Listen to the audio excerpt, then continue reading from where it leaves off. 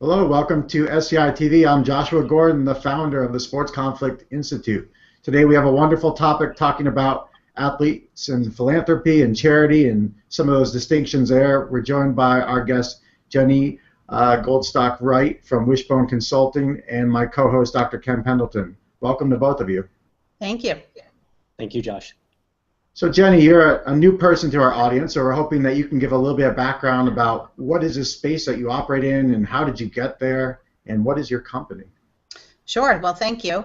I'm a philanthropic advisor and my company is Wishbone Consulting Group. We, in short, advise people on their philanthropic giving. That can be other corporate foundations, private foundations, but the large portion of our business are professional athletes. And the way that came about was I was actually consulting to a very well-known family in philanthropy, one that's been around for, I would say, more than decades, centuries. It's one of the real old-school philanthropic families. And they told me that working with professional athletes, that they didn't really consider them real philanthropists. And I took that as a bit of a challenge and wanted to figure out why that was and why athletes are not seen as real philanthropists and how I could change that a bit by educating athletes on how to be philanthropists in the right way and in the real way, and then educating others on why they should play in this space with professional athletes and celebrities and how they can do things together and have a lot of leverage and do things really well. So maybe a great place to start for us would be to give us a little foundation of some of those distinctions that I don't think everyone has a good grasp of, the difference between philanthropy and charity, and what's sort of our base of knowledge that we have an informed conversation on this.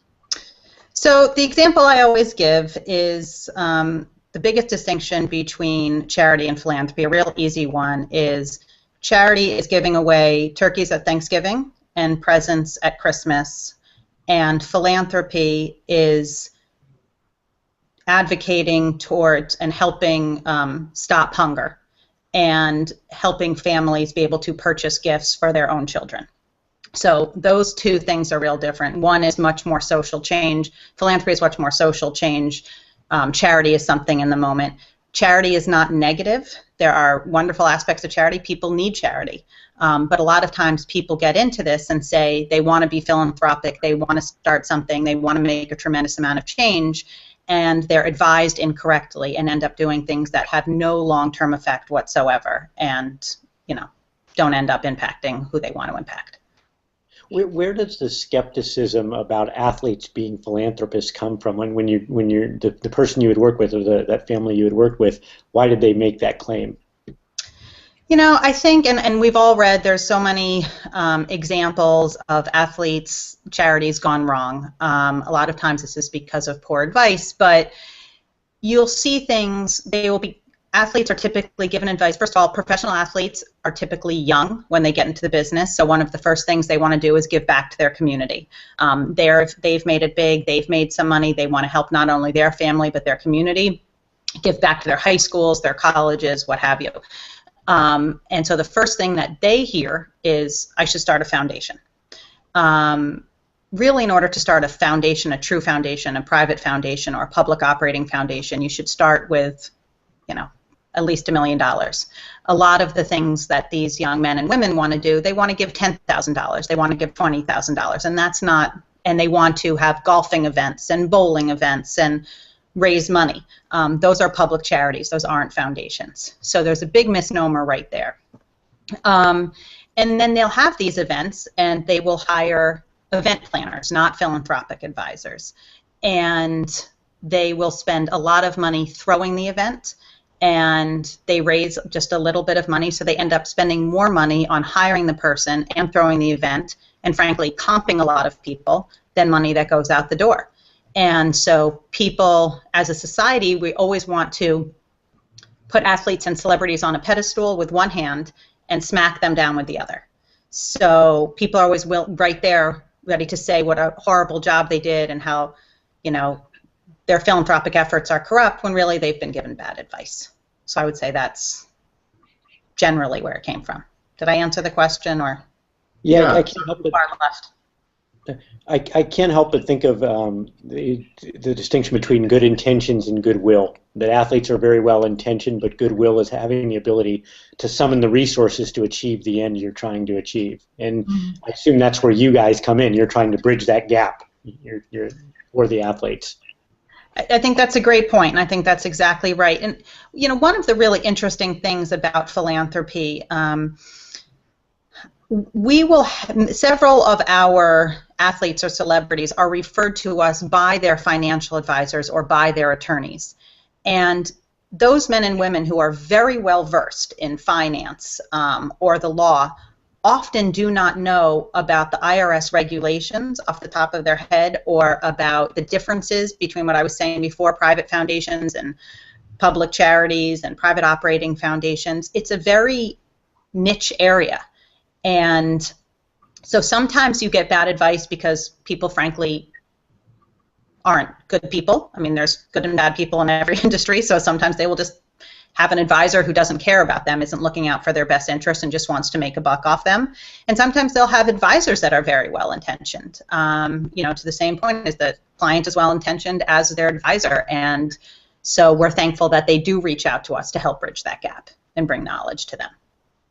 And Jenny, could you give us some highlights of what are some of the classic mistakes that you see that, you know, make the, you know, you wrestle with where these folks getting the advice from, right? And so when you come in to rescue probably some of these situations after they've gone bad, but what are some of those classic examples of where people have fallen into the pitfalls so that we can help them avoid them a bit? Sure. One of the big pitfalls, I think, are people tend to lump athletes with athletes. So or celebrities with celebrities.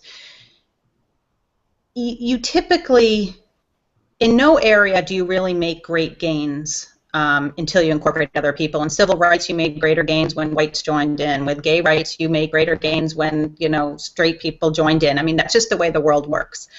When you are working with athlete philanthropists, if you bulk athletes with athletes, and these are all people, again, that they should not necessarily know what they're doing. It's not their wheelhouse. They're professional athletes. It does not mean that they're dumb. It does not mean that they're uneducated. All of the men and women I work with are so smart, and again, Kent's very well, well-intentioned, but they don't have the knowledge, nor should they. So the first mistake tends to be this, you have an event and you have other athletes show up. So people want to come to the event because they want to be around the athletes. They don't care about the mission of the organization. When they get on an invitation that 5 guys from the Giants are going to be there, 3 guys from the Jets, a couple of guys coming in from the Bears, they want to go there and be around those guys. So they'll pay the minimum ticket price that they have to, but they're not interested in making a contribution to the organization or following up with the organization as a mission. Another thing is then they'll start comping people. I give my male athletes, clients, a hard time all the time because, like if a woman is not, if she's not dressed to be there to be at the event as, somebody you shouldn't be comping people. People should be coming again for the purpose. So I try to steer away from events in general at the beginning. People should be networking with other philanthropists, with men and women in business, with other athletes and celebrities who are doing this and are doing this the right way. Other people like you guys, people in the industry who understand sport, people at nonprofit organizations to find out about the mission. So what I typically do when I start working with a client is getting them, you're not going to start with an event, you're not going to start with comping people, and you're not going to do something with a bunch of your buddies. We're going to take that off the table right away. You're going to go put on a suit, and we're going to sit down and we're going to talk about, till you can distinguish, the IRS regulations, and make sure that we're setting them up to be successful, not to be failures. Because I think, if you arm them with the education around this, they do a much better job. So. Given all the bad publicity that comes when you have a case, like Outside the Lines did last year on Lamar Odom, How do you has that affected in a way the relationship with athletes? You know, having to, you know, is it helped in a way? Part of me thinks it would be a big help because now they would see the need for bringing in someone who's a professional expert in that field right away. Part of me thinks it would scare them away from being involved in this at all because I wouldn't want to be posterized or put on ESPN outside the lines for something where I probably had good intentions. Yeah, and I have a great example of that and a great question. Last year there was an article in the Boston Globe that highlighted a bunch of athletes and their philanthropies or their charities and what was going wrong. One of the people highlighted in that article, their PR person called me, and they wanted a quick fix. You know, how could I help? So I said, you know, send me the 990 forms, the tax forms. Let me make sure that everything's clean. Let me look at what you've been doing and, you know, what you haven't. Send me the board list. And the PR person was really excited about that opportunity, then went back to her clients and told the board that the board of directors was largely made up of his family and people that he pays, which was already against IRS regulations. And they found that their 990s had not been filed. So instead of going through me, they knew that they couldn't prove that. So they just fought very hard saying, you know, the Boston Globe is lying. And they went about it that way. So in that case, I would have thought initially it would have really helped because, okay, they're coming and they want to make it clean, but they were too concerned about the reality around it. So they sort of went underground. I will say for the most part, the men and women athletes with whom I work see it as we do not want to be one of these people in the articles. It's been such a hot topic lately. You know, we hear that we can do it right. How can we do it right? A lot more people have been contacting me and saying, how can I do something without setting up a foundation, which I've been hearing for the first time in many, many years, which is nice. Yeah, it's interesting. You highlight a bit about how hard it is to fix a problem once it's already in place. And so it'd be fun to hear a bit about how you set it up correctly from the outset. What does that look like? You highlighted a little bit already about some of that initial conversation, but can you give us a bit of that behind-the-scenes look? If one of us were an athlete coming to you and saying, look, I just got drafted, I've got some money that I want to dedicate towards philanthropy, and I also want to build my name in a good way, what does that relationship look like, and how do we start that conversation? Okay, first I just want to say, in fairness, you could come to me even if you weren't an athlete, even if you were just regular sports conflict people who wanted to do something good. But in terms of when the athletes do come, a lot of it is, I call it peeling back the layers of the onion. So I'll give you an example. An athlete was referred to me by his attorney. He came to me and said, I have $10,000. I would like to give it to my high school alma mater, and I would like to give a scholarship to an African-American male on the football team who's been raised by a single mother, so he can go to college. This was a reflection of who he was. So I said, well, why? And he said, because this is a reflection of who I am. And I said, okay, but why? He said, well, you know, my teammates and I, most of us would not have been able to go to college if it were not for an athletic scholarship. And so if somebody doesn't have an athletic scholarship and they still need to get to college, you know, we want to be able to do this. So I kept on asking him basically why questions, you know, really what are you trying to get at? And the real issue he wanted to focus on was that college is not fair, right? If you can't afford it, there are many, many smart people and dedicated people and motivated people who can't get to college because even if they have scholarships and loans, they have these last dollars in, which they can't afford to go to college. And all of this came out in the conversation. And then we talked about the race part of it that he had brought up, and we had talked about the single mother part of it that he had brought up.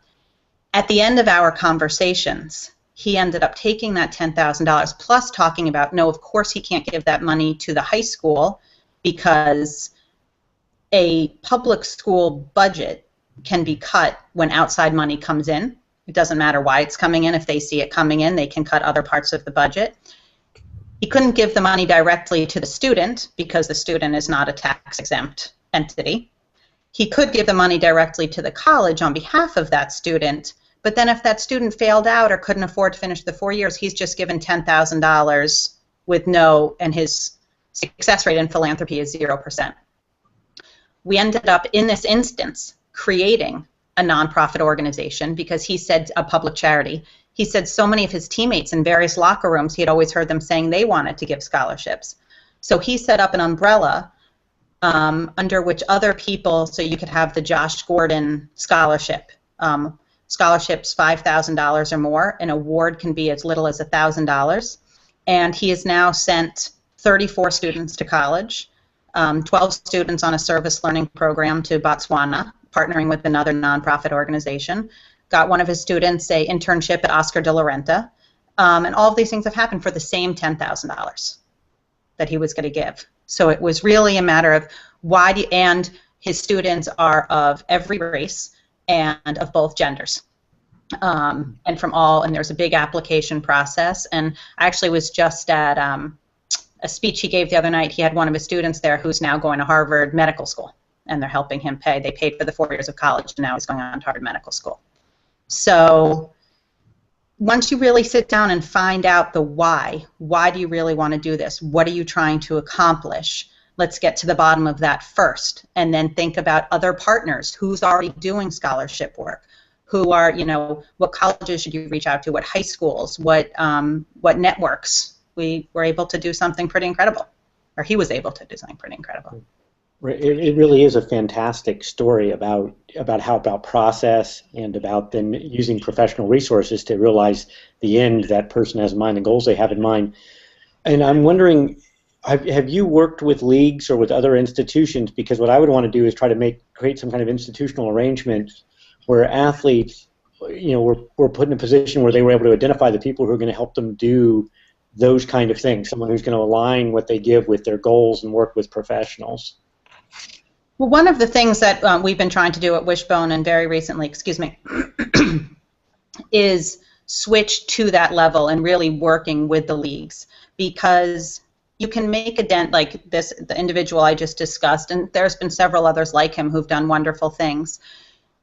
But if you work at a league level, you could really make change. Again, I don't consider these men and women as athletes. I consider them as individuals. So if you look at the NBA, for example, and they have 450 men who play for them, that's 450 individuals who want to make real change in the world. And given the right advice, they really could. So right now we've been talking a lot more to the leagues at that level, whether it's through the players' associations, the player development, and a lot of the leagues also have organizations for the moms and the dads, and working with them as well to see if we can make a bigger impact from working at the league level. And again, just educating. One quick example, at the league level, they have player development and they have community relations. And to Josh's first question, sometimes when the men and women in these leagues are asked by their community relations department to make an appearance, the league considers that being a charitable contribution by the team, and it's not. It's an appearance. So we're trying to move this out of the community relations department and into more player development, developing what the player does, from the neck up, off the field in the court.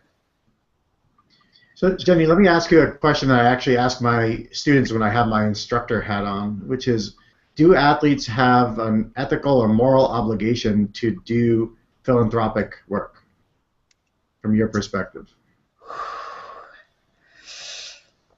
It's a great question. Do you want, not my opinion, but do they? I mean, I think everybody has a moral and an ethical obligation to be a good person. Whether that is to be a good person, no one knows everybody's whole situation. They may be extremely tied up helping very many family members, helping themselves, fixing things that, it may be sometimes when people come out and say, oh, so-and-so, hasn't done anything in the community, they really don't know that person's entire story. It could be quite different than they think. So I would never say that somebody is morally wrong or ethically wrong for not doing something philanthropic. I do think once you are educated, and if you continue on it and you continue to do it in the wrong way, then that's an issue. I also think, I don't know if this is moral or ethically, but people tend to think that if they do anything in charity, then they are giving back. And I don't think that's true. Sometimes you can do more harm than good. And so I think if you go about something in an arrogant manner and you have been given the opportunity to be educated on it, you have said that this is something you want to do, and then you don't take the steps to do it in the way that's correct, then yes, you come into a moral and ethical problem. So if I'm an athlete and I wanted to get involved and start doing something, and this might apply to celebrities as well, you might go to the Screen Actors Guild, for example, would there be any information on the NFLPA site or the NFL site or NBA equivalent sites for the NBA that would say, here's your starter kit for what you need to know about the basic, this institution, the difference between charity and philanthropy, here are the accredited organizations, here's some things you better keep in mind about hiring your high school coach to run your foundation like right. Lamar. That would be a good one to have on there. Right, but I'm wondering if that basic information is out there at this point. Yes and no. Attempts have been made to put information out there. Not enough attempts have been made to put the correct information out there. So I'm going to give the NBA a little shout out here for doing the right thing. The NBA is in a really interesting position right now in terms of their new senior VP of player development comes from a philanthropic background. He comes from the foundation world. And so when they went to look at this, they actually just sent me a bunch of information to review that type of information that you just mentioned, that they do put out there to make sure that it was all accurate. Some was, some wasn't. But they made the attempts to correct those. And I think this is why when I had mentioned that the mothers groups and fathers groups, sometimes if they feel like they can't reach the athlete directly because the athlete's being bombarded with so many things, and they can reach the moms and the dads with the correct information, then that's a good way to go about it. So I would love to publicly be able to say, yes, they absolutely are doing that and doing it in the right way because these are, the people with whom I work. But no, unfortunately, not enough good information is out there. There's still a lot of very elementary information that goes out there in terms of the big box nonprofit organizations. I would say the large majority of people, if you said to them, what's the best question you can ask to make sure that you're giving a donation to the right place, they would tell you the best question to ask is what percentage of the money goes to overhead versus programs. I could argue all day long that that question makes no difference. You can hide those costs. Sometimes all you need is overhead. Sometimes all you need is to pay people to go and do the right thing, to run an organization. So there's a ton of misinformation out there, and we're trying, and with our other colleagues, with other consultants and other philanthropic worlds, to put the right information out there the best we can. And Jenny, in a perfect world, how early does some of this education begin? Or, is there a movement towards reaching out, in the AAU realms or at life skills as part of the NCAA? Or how early is the right time to be sharing some of this educational piece on what this might look like? Well, I assume you don't mean for my own children, because they would argue that from the time they were 2, I make them give a certain amount away and put a certain amount. But for I think, it's actually, I'm working with a former NFL player right now. He was in the league for 12 years, and he's recently retired, and he is starting a program that we're piloting this summer down in Pensacola, Florida. It's not a separate nonprofit organization. He has a fund, which I should remind me to get back to. That's a great way to go about doing this. But a program where he is working with youth athletes, educating them on alternate careers to being a professional athlete, where you can still work with professional athletes. So what you guys do, what I do, agents, managers, coaches, all of those things. And in those programs, yes, we would talk about things like this, about budgeting and about philanthropy, that if you do, when you do come into money, whether it's from working in the real world or from being an athlete, when you see athletes giving back and you think you want to do that the way that you still can. So we are trying. I think at the NCAA, I think this is people do not have to be wealthy to do philanthropy right. And I think that one example I gave of just $10,000, and $10,000 is a chunk of change, certainly, to give away. But even if you're doing something with much less, you know, even with kids, even in college, there is just, so I think, I'm sorry, I know all of my answers are so long-winded, I'm very passionate about this, I apologize, but I think that yes, working with college athletes is a great place to start as a whole. And have you had good experience working with agents? Because it occurs to me, I keep on thinking institutionally, and I'm like, I'd like to, you know, if I could get the agent to be educated about this, then that person might have, you know, dozens of clients, and I might be able to prevent a lot of people from going in a bad direction right from the beginning in terms of how they set all this up. Yeah, and the short answer, unfortunately, is no. Even with financial advisors, even financial advisors who I know to be very good people, and who will refer people to me, they have no problem saying this isn't really something we care about. I mean, there are some that focus on this, but others are, listen, we're trying to manage their money. The agents are trying to make them more money. The financial advisors are trying to make their money become even more money, and I'm trying to give it away.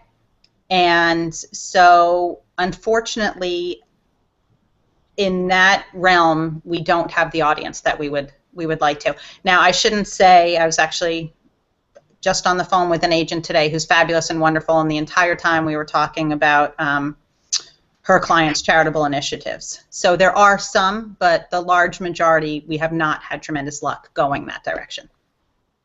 Let me ask you a counterintuitive question. And this one's, yeah, we're talking about philanthropy and giving away and doing things that have a lot of altruism surrounding it. But if you were to think from a more selfish perspective, could you outline reasons why it's in someone's self-interest to be philanthropic and to engage in this type of activity when they do come into some wealth? What are some of the reasons why it makes sense for them from their own perspective?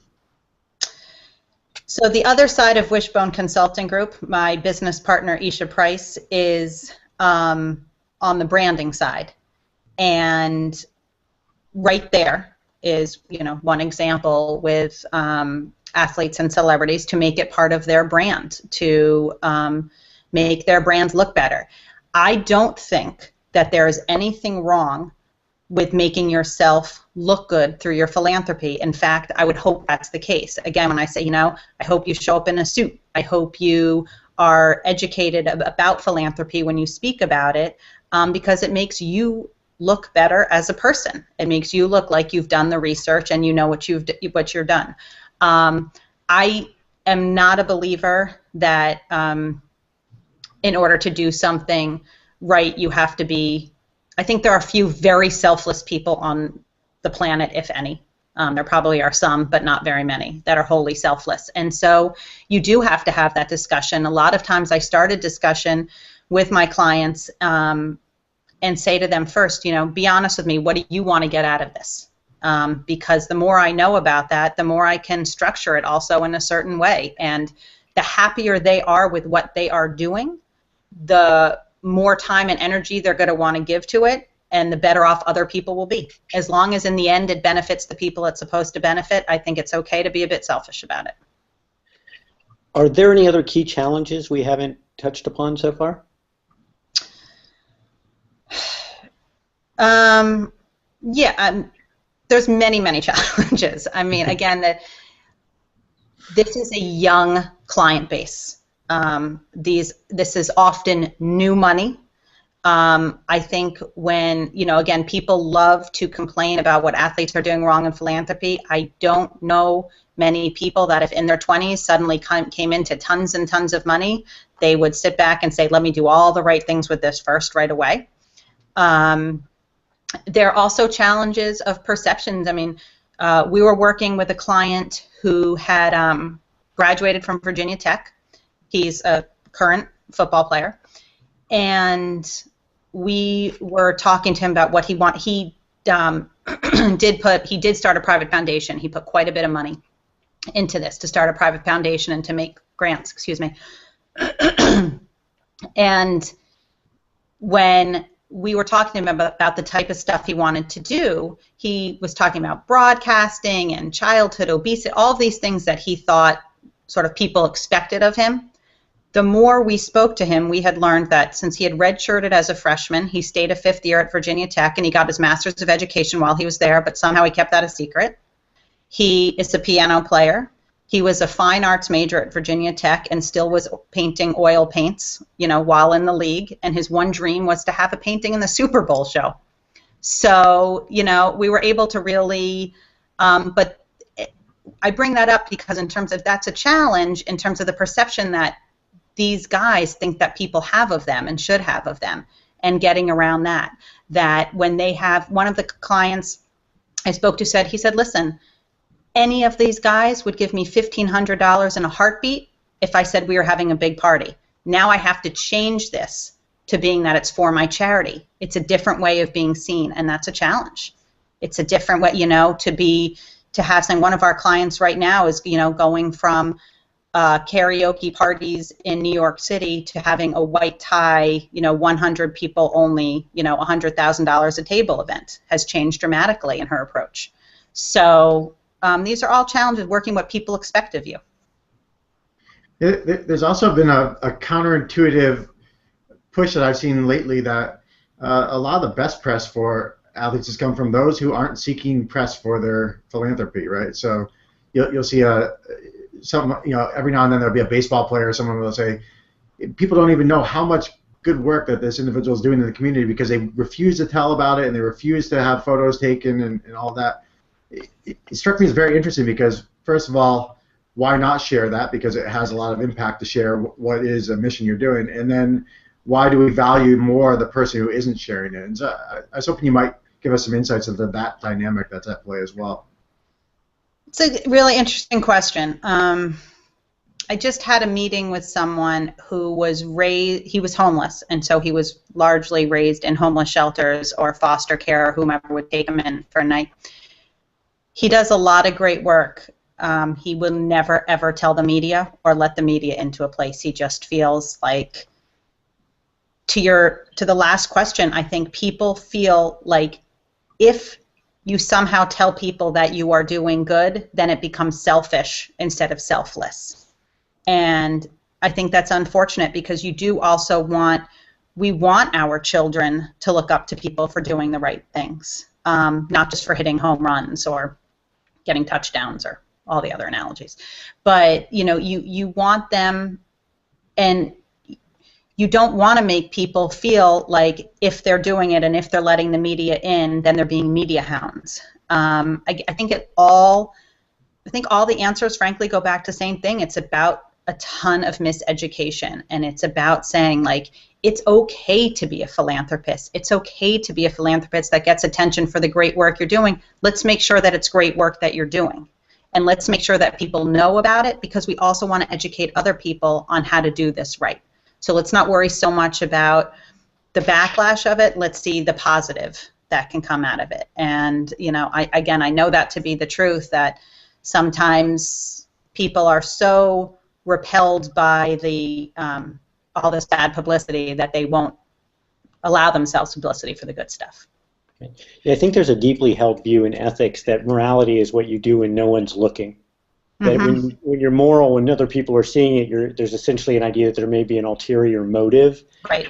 But there's a deeper issue within the Western tradition, which is that essentially ethics has become separated from happiness. Right? That wasn't true for Aristotle. So for Aristotle, being virtuous, one of the great virtues was to be able to be generous to other people. That's why he thinks wealth is a key to happiness. Because if I can't be generous to my friends or to other things I think are worthy, then I'm deprived of a great pleasure. So he didn't have that dichotomy that we now take for granted. And I think that's something to, that I think you're sort of getting at that with your clients in a certain way, saying, what are your motives here? Right? And instead of it seen as something that's ulterior that takes away from it, on Aristotle's reading, it's actually integral to being virtuous, to be able to combine both being selfish and selfless together. Yeah, and I think what's unfortunate for a lot of my clients is if you look at people, like old families, the Rockefellers, the whomever, you know, old families in philanthropy, they could have huge estates and they could do big things and they could also give away a ton of money, and nobody just talked about them being selfish. They talked about them being huge philanthropists. With my clients, if they wear certain clothing or they have a certain car or they wear jewelry, then they're not giving enough of their money away. So I think it is, you know, a really interesting point that we have. You know, you can, and you, I know I always say this about, you know, motherhood. You can't be a good mother if you're miserable. You can't, you know, you can't be good to others if you're not good to yourself in a lot of ways, or if you don't take care of yourself. You can't be present for other people. So I think people do have to understand that, and the problem is I don't think people are going to give athletes and celebrities a big break in this until we can show that more celebrities and athletes are doing it right. And that's my job, or, you know, the other people's job, you know, to get it more out there, all of the people who are doing this correctly. Jen, can you share with us a few of the tools that you have in your toolbox? You know, maybe it gets a bit technical and complex for sure, but what are some of the things that are at your disposal for helping them achieve those goals? What are those things that you work with? In terms of what the education would look like? Well, yeah, and even some of the different ways you might approach. You gave us a great example earlier about how you would fund a particular problem, but what are the different tools? Obviously, we've alluded to foundations and those things, but what are the ways that you help them analyze, whether it's through tax implications or other things? What are all those things in that toolbox that you're playing around with in order to pull the right levers and push the right buttons to make this happen for them? I think the first, you know, in finding out why and really what they want to accomplish, I think the first thing is always trying to get people to start slow. You know, try and figure out really what it is that you're interested in. Try and figure out who it is that you're trying to help and what you're trying to accomplish. And let's find one way to do that. You know, if you're interested in minority male achievement, increased educational outcomes for minority males, let's go have you meet with some superintendents of schools who are working on this in the country. Let's align you with some initiatives that are really making change before you set up a, you know, something and start putting together a mission statement and talking, you know, in a way. Then we sit down eventually and do that. Once you have figured out what is your mission statement for what you want to accomplish with your philanthropic goals, what is your vision? And then look at the different things. You can keep your money and just make straight donations to nonprofit entities. You can set up a fund under other umbrella organizations, and so that fund, you don't necessarily have to put money into that right away, but find a fund where your money is accessible to you. You know, you can raise money and disperse money from those funds, but you don't have the overhead, you don't have to staff it, you aren't filing taxes, you're using an umbrella organization's 501c3. In some cases, like the one I gave before, it was appropriate to set up a public charity, a nonprofit entity. The other man I mentioned did set up a private foundation. He put in a lot of money, and he didn't exactly know what he wanted to give to yet. And he's done a ton of wonderful things. But I think it is really thinking about, I mean, the first tool, honestly, I don't mean it to sound too cheesy, but the first tool is really the client. You know, what do they want to do? Their brain. Because it is going to be their name and their face behind it. And unless they're educated and unless they're sincere about what they want to do, it's not going to happen. And then we have every tool to give them, from how to do, if you do go that way with the IRS, filling out the paperwork and the bylaws and the conflict of interest statements and making sure you're registered with the charities bureaus and making sure that you're doing things correctly. If they're setting up a fund, you know, identifying the right funds, we know what all of those are. And I really do think it's exciting to be able to align them with really neat cutting-edge initiatives that are going on out there in the nonprofit space. The YMCA, the Boys and Girls Clubs United Way, those people do wonderful work. I'm not saying they don't, but there's many more things than that out there. And people just don't know about them. I give the example, when I was a little girl, I certainly didn't know that I wanted to grow up and be a philanthropic advisor, right? I thought I could either be like a lawyer or a doctor. You know, you only know of certain things. And until you know of the other things, you can't make them happen.